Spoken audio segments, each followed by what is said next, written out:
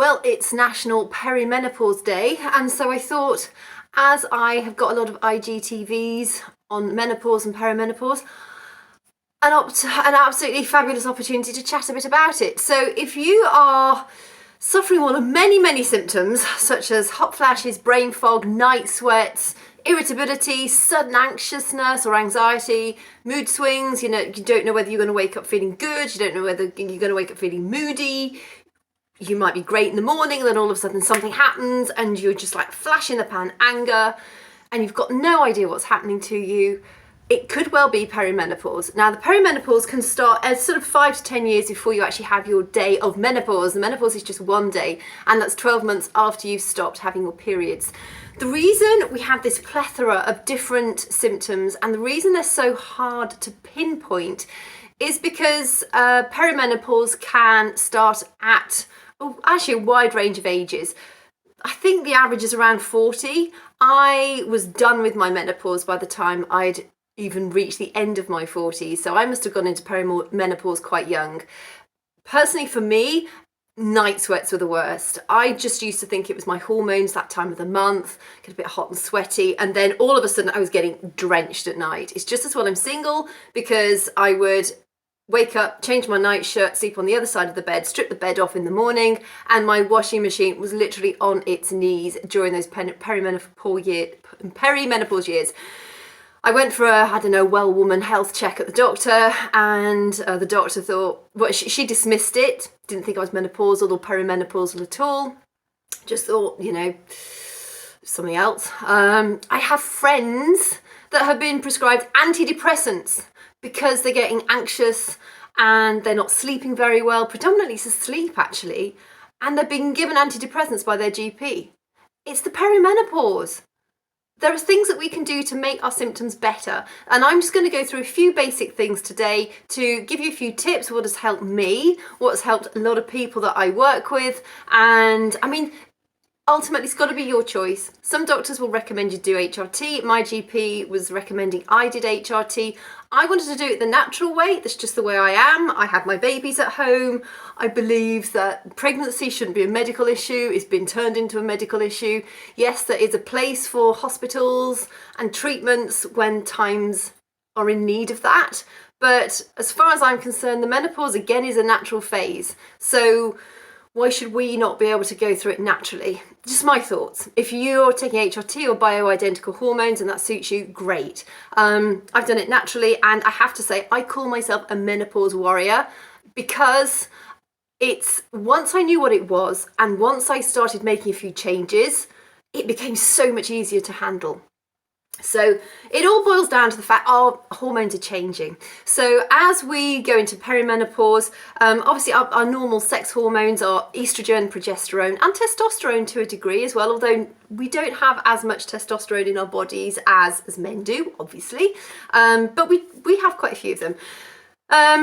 So basically, as we go through our perimenopausal years, we tend to have a little bit more estrogen in compared to the progesterone levels. You'll find as you go into perimenopause, you may not ovulate, but you might have a period. So because you've not got an egg that needs a womb to maintain it, that's when progesterone comes in. Progesterone helps to calm us, but it also prepares the body when, we've ovulated and it might be getting ready to help hatch an egg, as it were. But once we get into the perimenopause, we're not always ovulating. And so sometimes we have more estrogen than we do progesterone. But those amounts vary quite considerably during perimenopause. They're a bit up and they're a bit down. That's why it's so you can feel so erratic during the perimenopausal years. And estrogen tends to make us more irritable. Progesterone tends to calm us. So if we've got too much estrogen in our bodies, that's why you're feeling irritable. That's why you might have sudden anger and sudden mood swings. As we go into the menopause, that sort of balances out a little bit, and those levels tend to die off, and the adrenal glands then start to back up the job of the ovaries. As the ovaries start to produce less and less estrogen, that's when the adrenal glands start to back up the job of the ovaries. Now, the adrenal glands are quite important in understanding perimenopause and the symptoms that you might be getting as well, because they help to back up the ovaries. The adrenal glands, when they're healthy and when they're rested and when you're not living in an environment of high stress, whether that's nutritional stress by not eating the right sort of stuff, whether that's sleep stress because you're not able to sleep enough, whether that's stress from a busy job or a job that you just hate, whether it's stress from midlife, empty nesting, relationship changing with your partner, kids leaving home, that sort of thing. During midlife, there's a heck of a lot going on, not just with our hormones, but in our lives in general. You know, if you're looking for a job, it's bloody hard to find a job once you get to midlife if you've not been in the workplace for a while. There are so many different things that weigh on us. You know, we're on the second half of our lives. Are we really doing what we want? Are we maximising what we've got? And all these questions can lead to quite a lot of discombobulation, actually. But all that sort of discombobulation puts more stress on our adrenal glands. So if our adrenals are under strain already, they are then going to struggle to help back up the ovaries when we need it, to sort of help generate a little bit more estrogen. I've even seen a lot of peer-reviewed research that suggests that if you've got good adrenal function, you actually will get through the menopause pretty much symptom-free. And I have to say that since I became aware of that and I've made a few changes, I agree with that 100%.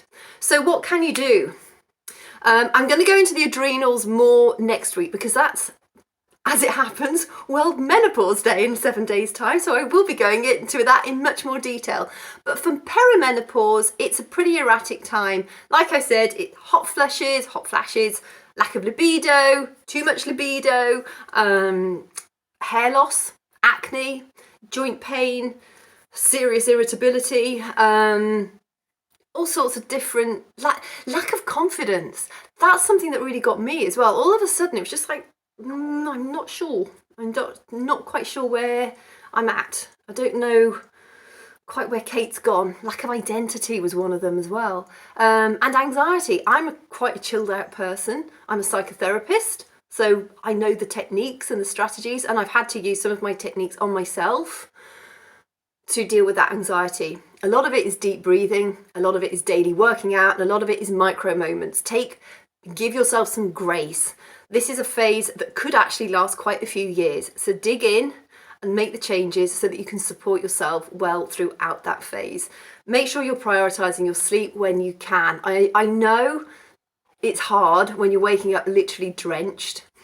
I know it's hard when, you know, your hormones are all over the shop and you're feeling yucky and you just can't get back into that groove of sleeping. Just know it will pass. In fact, I did an IGTV on why it's so important that we do sleep. It's predominantly geared at how we lose weight when we sleep, but there are a few tips in there also to help you sleep better.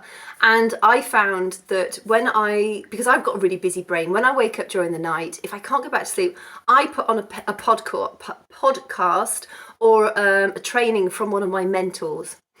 You can do all sorts of things on YouTube. There are hypnotherapy things, there's meditations. Go with whatever, rocks your boat.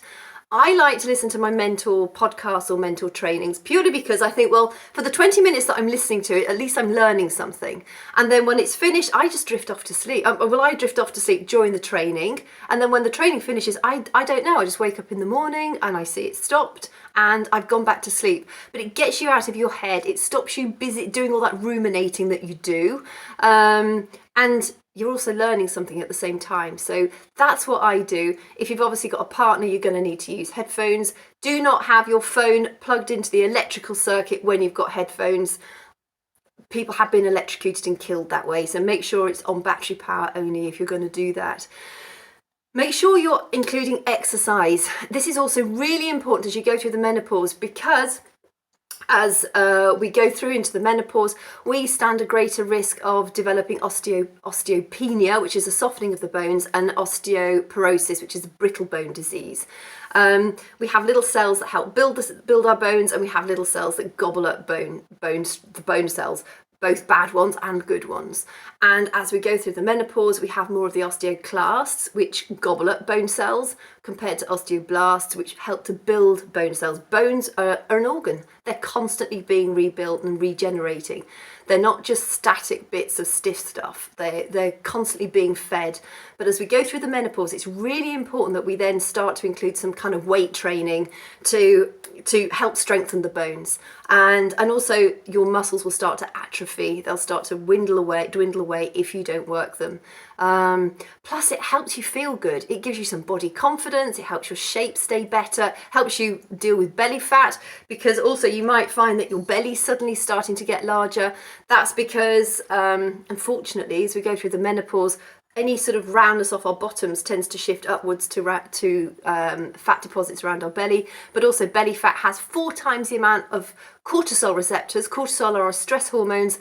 Remembering adrenals are helping back up our ovaries as we stop producing estrogen. So we've got more cortisol in our body, and it goes on around your belly. So try and reduce processed foods. Watch the amount of alcohol you drink. That will really bloat you, and it will put weight on your belly. It'll also affect how well you sleep.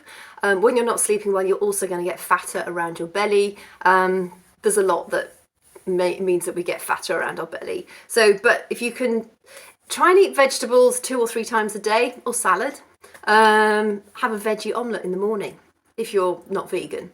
It's a great way to start the day. But if you can put vegetables 3 times a day or 2 times a day, try and reduce sugars, processed foods, refined carbohydrates, reduce the amount of carbs that you're eating. I'm not suggesting going keto, but carbs play a really important role in optimal nutrition, but a lot of us eat more carbs than we need. So, reduce your potato portions, reduce the amount of bread you're eating, pasta, make sure it's whole grain, rice, make sure it's whole grain. And again, you don't need a massive bowl of pasta. The amount of pasta in a serving that you would ideally be eating is probably about that much of cooked pasta. Fill up on vegetables and meat if you're a meat eater. And try and avoid caffeine later on in the day if it affects your sleep. Make those micro moments. It's really important. Maybe meditate if you have time to meditate. Get out into nature. Again, that's a great relaxant. I'm actually hosting a free group. I only do a free group once every quarter. This is the last one that I'm going to be running in this year. And it's running from the 19th to 23rd of October.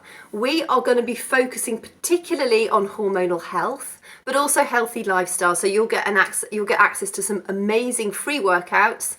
You'll get access to a lot of nutritional information. I'll be diving deep into what I've just sort of sped over, hormonal balance, things that we can do, strategies that we can use, relaxation techniques. We'll be diving into the deepness, the importance of sleep in much more detail. I've got lots of different resources that I'll be able to share with you.